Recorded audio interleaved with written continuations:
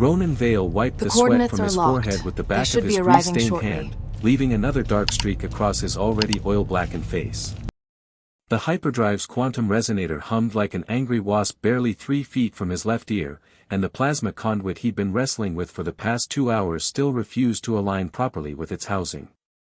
"Come on, you stubborn piece of," he cut off the curse as footsteps echoed down the corridor outside the engine bay. Captain Darius Holt wasn't exactly tolerant of colorful vocabulary during ship operations, even if those operations involved Ronan wedging himself into spaces that seemed designed for someone half his size. The celestial mule groaned around him, a sound as familiar as his own heartbeat over the last 18 months. She wasn't pretty, exposed ducts and utilitarian gray bulkheads, but she hauled cargo across the galaxy with the reliability of an old ground hauler. Ronan understood ships like the mule.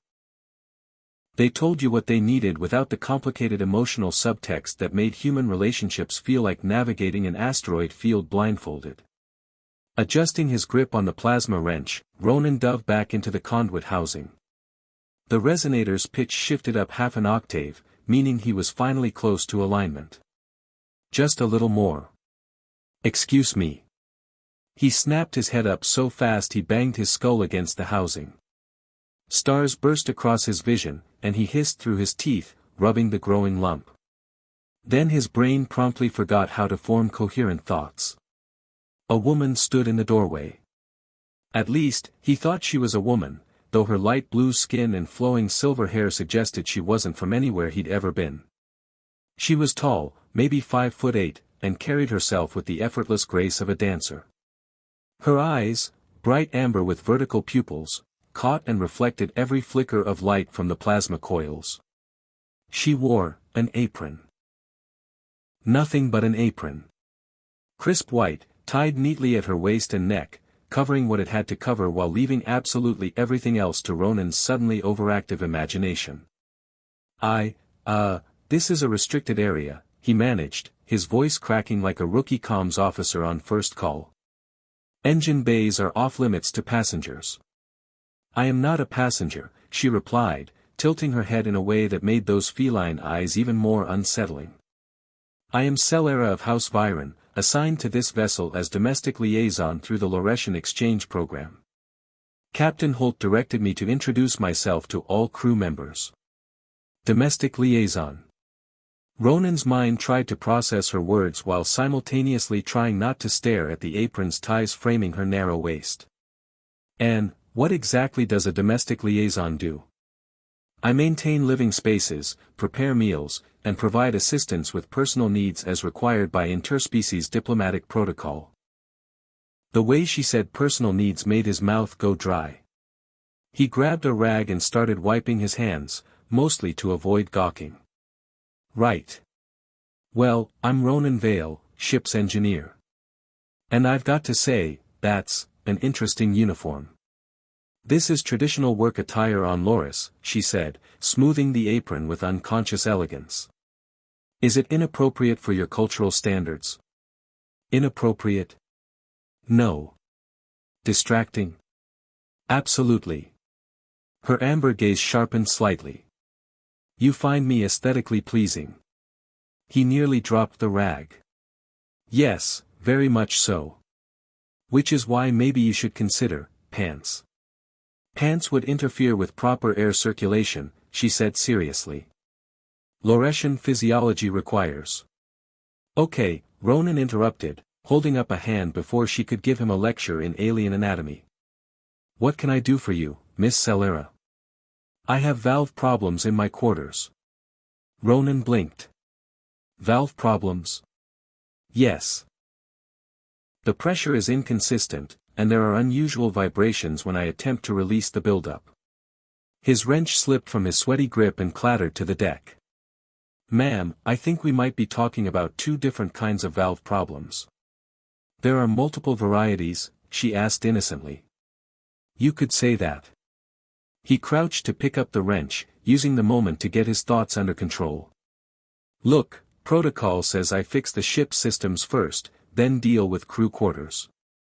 "I mean, your literal mechanical plumbing issues." "Of course. Her smile widened ever so slightly, and Ronan got the distinct impression she was laughing at him without showing it. I would not wish to interfere with your primary duties. Good. Professional priorities and all that. He gestured toward the hyperdrive housing. Soon as I get this resonator tuned, I'll swing by and take a look at your situation. I would be most grateful for your attention. The way she emphasized attention sent a warm crawl up his neck. Her gaze swept over the maze of pipes and conduits. Your workspace is quite impressive. So many fascinating instruments. Tools of the trade, he said, following her gaze. Nothing fancy, but they get the job done. I imagine you are very skilled with your hands. This time, he didn't just drop the wrench, he fumbled it twice before getting a grip. He decided it was going to be a very long day. 3 hours later, Ronan stood outside Solara's quarters with his toolkit, telling himself this was just another maintenance call. The fact that he'd changed shirts and actually scrubbed the grease from his hands was purely coincidental. Professional appearance mattered when dealing with diplomatic personnel, right? He pressed the door chime. Please enter, came her voice from inside. The door slid open, and he stepped into what looked like an explosion in a fabric store. Silk scarves and gauzy drapes hung from every surface, transforming the utilitarian crew quarters into something like a floating palace suite. Solara sat cross-legged on a mound of cushions, still wearing nothing but that white apron, scrolling through a handheld display as though she hadn't just detonated his entire concept of normal earlier today. Ah, Ronan, she said, smiling warmly. Thank you for coming so promptly. Just being thorough. He set down his toolkit and glanced around. So, where's this valve problem? She rose with fluid grace and padded toward the refresher unit. The water pressure has been irregular. Observe. Activating the faucet, she demonstrated a pitiful trickle of water. When did this start? Ronan asked, already dismantling the faucet head. This morning, during my cleansing ritual.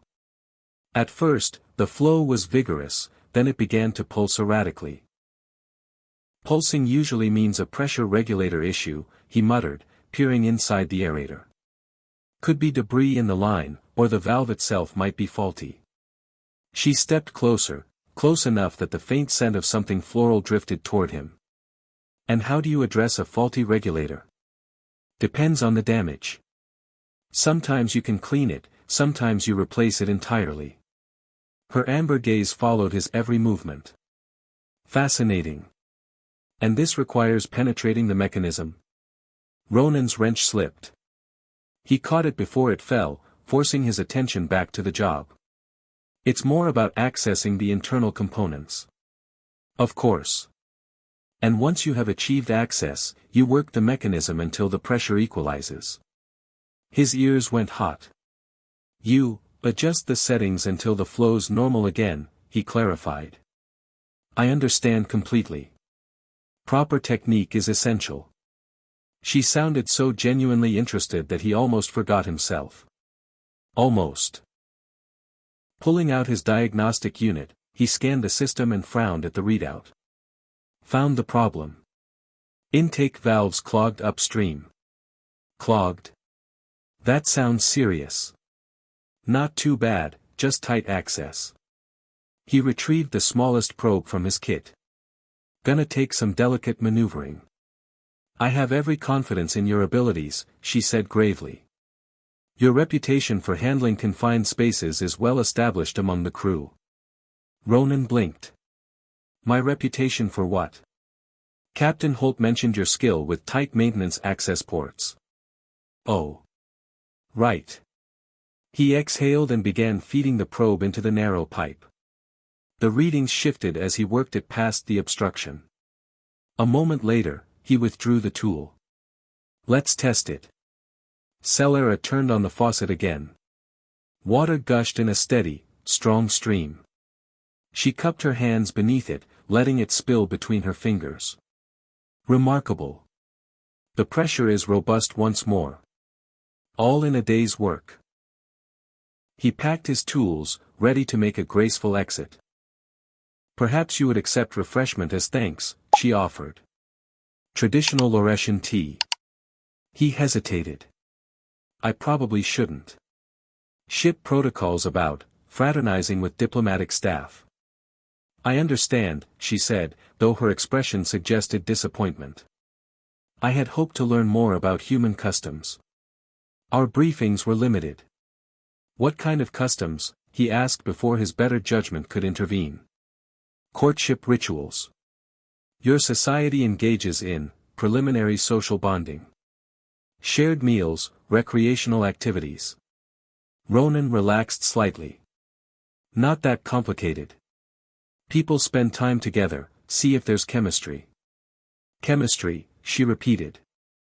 You evaluate biochemical compatibility through observation. Not exactly. More about attraction, wanting to spend more time with someone. And physical compatibility is evaluated through progressive intimate contact. His mouth went dry. That's one way to put it. She stepped closer. This chemistry, how does one recognize it? Increased heart rate, trouble focusing, saying stupid things. Fascinating, she murmured, eyes studying his face. Are you experiencing these symptoms now? Before he could answer, the ship's proximity alarms blared. Lights shifted to emergency amber, and Captain Holt's voice thundered over the comm. All hands to stations. Unknown contacts inbound at high speed. This is not a drill. Adrenaline hit like a shockwave. Ronan grabbed his toolkit. That means trouble. I need to get to the engine bay. Celera stepped aside, brushing his arm as he passed.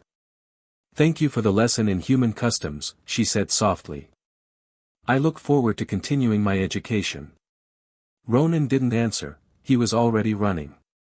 Ronan sprinted through the Celestial Mule's narrow corridors, toolkit banging against his thigh as the proximity alarms wailed. The amber emergency lights painted everything in a pulsing haze, and Solara's last words, continuing my education, echoed in his mind despite the adrenaline hammering through his system. He burst into the engine bay to find Captain Holt already there, his weathered face grim as he studied a handheld tactical display. Ronan, 3 ships inbound from the asteroid belt, Holt said without looking up. Config suggests Crimson Serpent pirates. How long until intercept? 20 minutes, maybe less. Ronan slid into his console, running diagnostics with practiced speed. We can outrun them in hyperspace, but the quantum field generators need a full spin-up. That's at least 18 minutes, during which we'll be sitting ducks. Do it, Holt ordered, switching to ship-wide comms. All hands, hostile contacts inbound. Prepare for possible boarding. The captain was still speaking when a familiar voice came from the doorway. I may be able to assist. Celera stood there, this time with a translucent blue robe over her apron. The sheer fabric made her look more distracting, not less. Miss Celera, Holt said, shifting to formal politeness despite the crisis. You should be in your quarters. As a diplomatic liaison, I can offer technical assistance, she said calmly. With respect, Ronan called over his shoulder, unless you know something about quantum field harmonics. Laurentian domestic technology operates on controlled dimensional manipulation, she interrupted, stepping forward. That made him turn. You're saying you understand hyperdrive theory?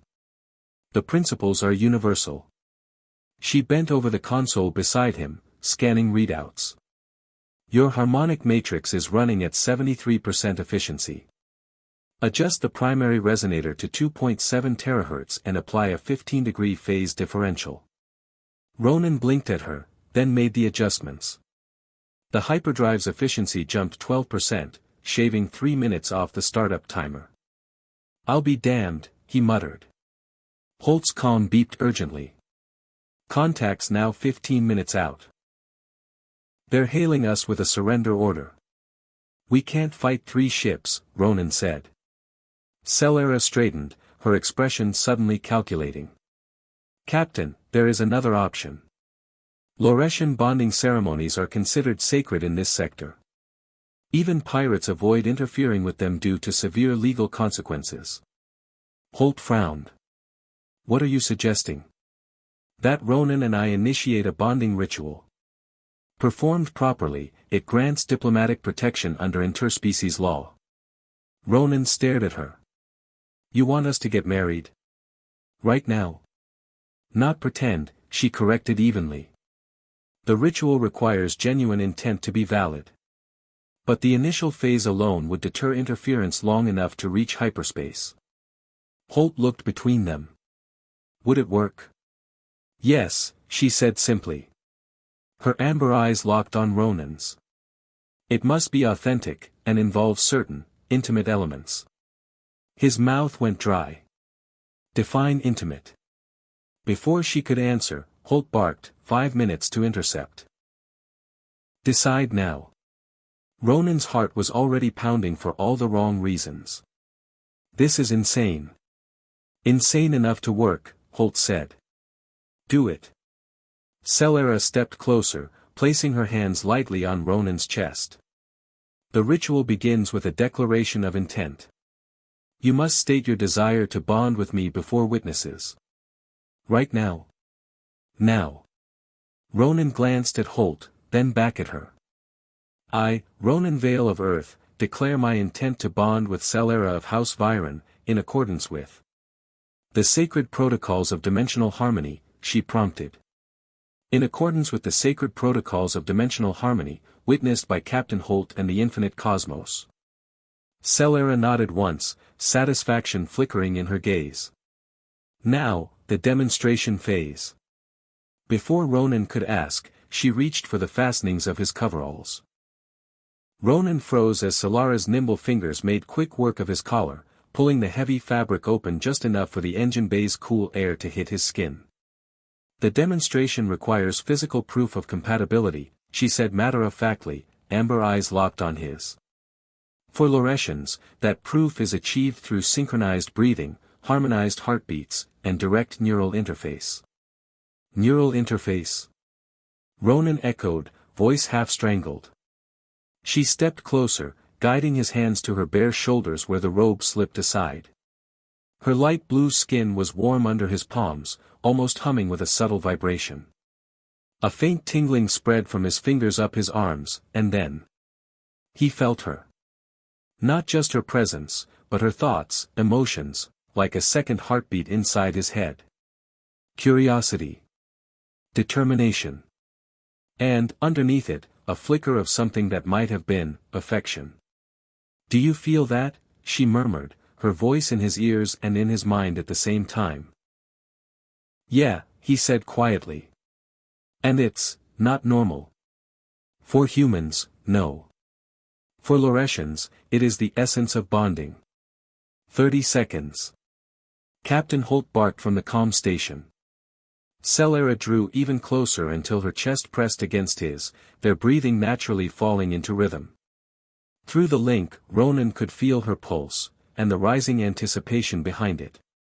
You are more attractive than I expected, her mental voice admitted without hesitation. Ronan blinked. Wait, you. I apologize. The connection makes filtering stray thoughts difficult. He smirked despite the tension. Guess I should be careful what I'm thinking, then. I find your thoughts flattering, she replied smoothly. The proximity alarm shrieked again. Holt turned, urgency hardening his voice. Pirates are locking tractor beams. Whatever you're doing, make it convincing. Solara's hand slid up to cup Ronan's face. The final act of demonstration is the kiss of binding, she said aloud. The what? It must appear genuine, she replied, and in his mind added, though I suspect that will not be a problem. He didn't get the chance to argue.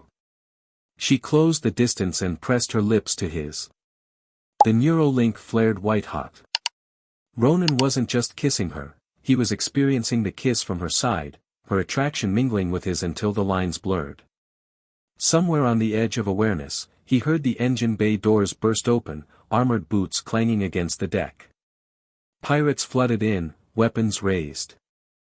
"You are interrupting a sacred bonding ceremony," Celera announced, her voice carrying an aristocratic steel that froze the intruder's mid-step. The scar-faced leader frowned. "Bonding ceremony. I am Celera of House Byron. This is my chosen mate. Your intrusion violates interspecies law." The pirates hesitated. One muttered, "Boss, if this is real, it's a mess waiting to happen." The leader produced a scanner, sweeping it over them. The neural link prickled as it probed the connection. The device beeped, confirming active quantum entanglement. "Damn it," the leader growled, lowering his weapon. "We're not looking for that kind of trouble. You've got 1 hour. Then we talk salvage terms." As they withdrew, Holt moved closer. "That bought us maybe 2 minutes of real startup time. Can you mask the energy spike from the hyperdrive?" "I can," Celera said, gliding to the secondary controls. Lauretian households require similar discretion when operating dimensional generators. Ronan glanced at her, equal parts impressed and overwhelmed. The hyperdrive timer ticked down, 2 minutes left. Outside, the pirates waited, unaware that in the space between desperation and deception, the fake marriage was starting to feel dangerously real. The hyperdrive timer read 2:15 when the celestial mule lurched hard to starboard. Ronan grabbed a handhold as his stomach dropped into sudden weightlessness. The artificial gravity had been cut. "They're repositioning," Holt's voice crackled over the comm, docking clamps coming in. "They don't trust us to sit still during this ceremony of yours. Can we shave more time off?" Celera asked, already drifting toward the monitoring station. "Not unless we dump gravity power into the spin-up," Ronan said, pulling himself toward the hyperdrive housing. "Crew's gonna hate it, but it might buy us 30 seconds. "Do it," Holt ordered. Ronan killed the gravity generator and floated straight into the cramped housing, the zero-G making the tight space easier to work in. Celera moved beside him with graceful, practiced motions, as if weightlessness was her native element. "You're too good at this," Ronan muttered, twisting a coupling. "Lauretian ships operate in variable gravity environments," she replied, her robe drifting around her like a slow-moving current. "It is considered basic skill." Through the hull, the sound of cutting torches began, sharp, hungry, and getting closer. 1:40, Ronan called. "Celera, keep the resonance under 3.2 terahertz. If it spikes, cut power."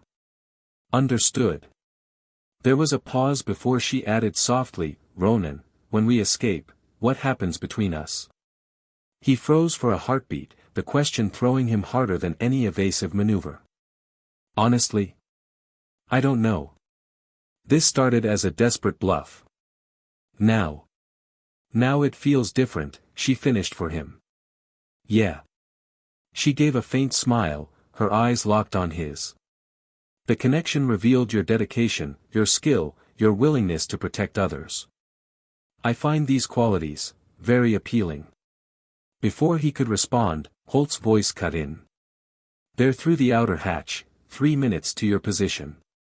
Ronan pulled himself out of the housing and met Celera halfway in the air between consoles. They rotated slowly in the weightlessness, her robe fanning like a halo. "How do we make this look convincing?" he asked. "The final phase of the bonding ritual requires full consummation," she said without hesitation. "Consummation, right now?"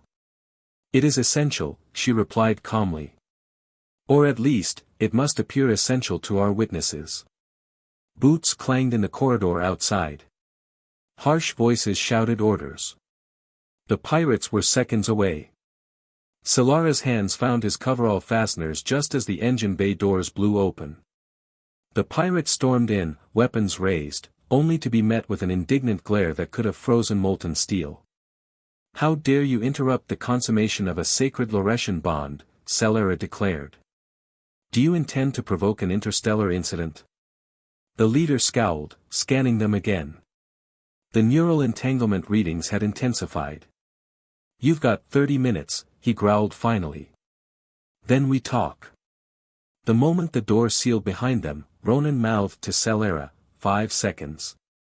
She moved to the console. 3, 2, 1.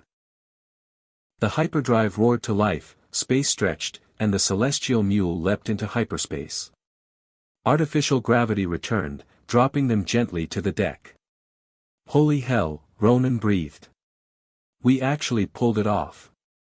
Indeed, Celera said, straightening her robe. Though. I believe we are now legally married. Holt confirmed it minutes later on the bridge, pulling up the relevant interstellar statutes. The ritual, conducted with proper witnesses and documented entanglement, was binding under 12 jurisdictions. Ronan sat heavily in the co-pilot's chair. So, we didn't just pretend. We are married. Celera settled gracefully on the armrest beside him, her presence sending a faint echo of their neural link humming through his thoughts. Does this trouble you? He met her gaze. I should say yes. But, no. Not really. Her smile was slow, knowing. Good. Because the Laurentian bonding period requires frequent, reaffirmation. Define frequent, he said warily. Daily at minimum, she said without blinking. Often more during the first month. Holt chuckled as he left the bridge. Better keep in shape, son. Ronan leaned back in his seat, half dazed, half thrilled, as Celera's hand found his. Whatever else happened in this crazy galaxy, one thing was certain, life aboard the celestial mule had just become a lot more complicated, and he wouldn't trade it for anything. 3 months later, the celestial mule cruised in the calm stretch between trade hubs, her engines humming at a comfortable, unhurried pace. Ronan emerged from the hyperdrive housing with a smear of grease across his cheek and a faint smile tugging at his lips.